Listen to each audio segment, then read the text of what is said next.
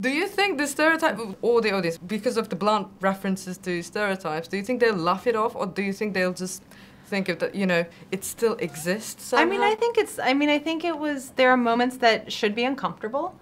I mean, wrestling, there are parts of wrestling that make us uncomfortable, and I think that was interesting to us. And I think that, you know, the reality is that, you know, wrestling uses the ring to sort of examine the boogeyman of the time. If people are, you know, are taking on like Arab terrorists, if that's the fear of the time. And it's not like that goes away in culture, but I think it's very, very, very heightened in the ring. And I think that sometimes makes it harder and sometimes makes it easier.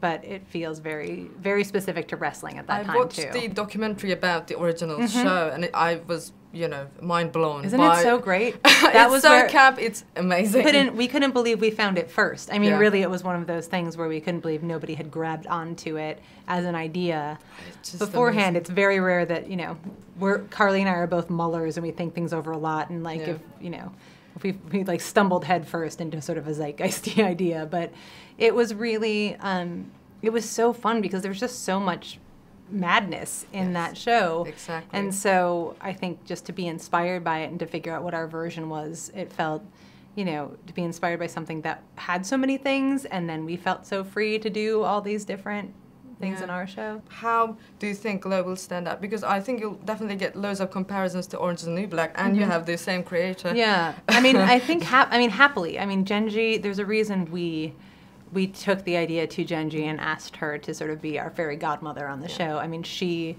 knows how to handle stories with great empathy and with great care, and she knows how to strike a tonal balance of sort of deep drama and real comedy. And it felt like she wasn't going to be scared of doing a wrestling period comedy with this many women, because Orange is such a behemoth in terms of production, in terms of, you know, storylines, and it's so beautifully done. And so we just felt she'd be a great guide through the woods, and she really helped us protect our vision for the show. And, you know, I think the intentions of both those shows are totally different, but I think what they have in common is that you really care about these women.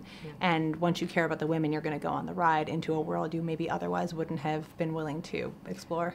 The welfare queen, I've loved that character. I really hope to see her. I mean, there's any season 2 predictions? I mean, she's extraordinary. Kia Stevens, and Kia is the one actor who was a wrestler prior to the show. She's an incredible wrestler. And she's a really good actor, and she came to us, you know, we didn't know her wrestling at all, and we saw her audition tape and then started watching her matches, and she's so fierce. And was such a great support to our girls as they all learned how to wrestle. She was like in the ring with them too, and really encouraging, and also was very helpful to us when we had to just run things by her in terms of like, well, what happens, you know, how do you get a character? And like, what if a character is imposed upon you that you feel is stereotypical or is offensive? Like, how do you deal with it? Because you don't really have a choice a lot of the time. You have to figure out how to take it and make it your own. And it's a great way to sort of take on, you know, sort of the race baiting that Reagan was doing in a way that feels like it's our way of taking it on. It's our way of doing it in our show, that doesn't feel like it's hitting you over the head, but it's definitely in the conversation at that time.